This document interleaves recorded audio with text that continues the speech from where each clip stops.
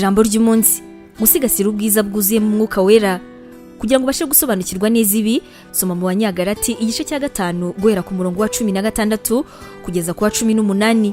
Icyaha nicyo kintu gituma ubuzima bwacu bwiza bureka kuba buri mu mwuka wera. Muri make, icyaha kidutandukanya n'Imana. Mu gihe uhora uhura n'icyaha kandi ubona bigoranye cyane kuba watandukana nacyo, icyo ugomba gukora ahangaha ni ukugerageza ukinjira mu kuri k'umubano w'Imana hamwe n'umuntu ukora ibyaha. Urugero, Bibiliya ivuga ko abizera batandukanye cyane n'icyaha. Ibyo twacumiye kera byose byajyanye na Yesu ku musaraba, kandi ntabwo icyaha gishobora kudutsinda kuko turi munsi y'impuhwe z'Imana, atari munsi y'amategeko. Ushobora kuvuga ngo biroroshye kubivuga kuruta kubikora, ariko gerageza kwibuka yuko ibyo ngibyo ari Imana yabyivugiye binyuze muri Pawulo intumwa. Ntabwo ari amagambo yo kuvuga gusa araho. Ibingibi ni ibintu by'ukuri kandi biriho cyane. Ni ukuri ugomba kwizera ibiri mu ijambo ry'Imana. Satani azaza kubwira yuko nta mbaraga ufite, kuri umunyembaraga nkeya, kutabasha kureka icyo cyaha runaka, ariko Imana yo ibivuga mu bundi buryo. Ubuzima bwacu tubaho hagendewe ku buryo twibona. Niba rero wizera yuko uri umwana w'Imana nk'uko Imana ibivuga, uzabaho bitandukanye cyane n'utumva yuko ari umwana w'Imana. Ugomba rero kwirengagiza ibitekerezo byose bikwereka ko uri umunyabyaha, ukumva yuko ibi ngibi nubikurikiza bitazatuma uba umwana w'Imana. Ese ugiye kwizera ibinyoma bya Satani cyangwa ugiye kwizera ijambo ry'Imana? Ugiye kumva ukuri Imana ivuga aba ari nakugenderaho?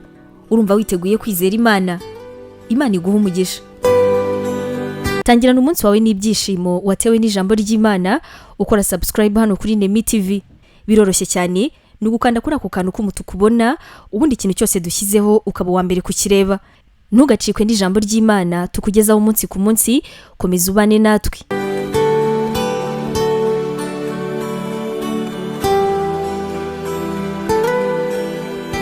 Waba utekereza ko wahamagariwe gukora umurimo w'Imana?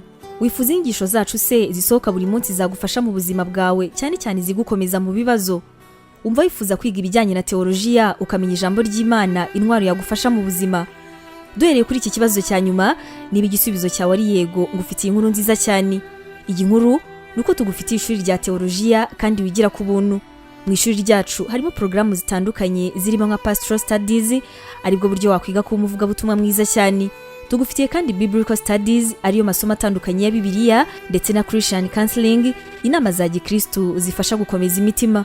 Kugira ngo usobanukirwe biruseho, wasura urubuga rwacu arirwo wa@nemibibleinstitute.com, cyangwa se nanone ukaba watwandikira kuri WhatsApp kuri izi nimero 141 232 650 Wanatwandikira kandi kuri email yacu ariyo nemevangelism@yahoo.com.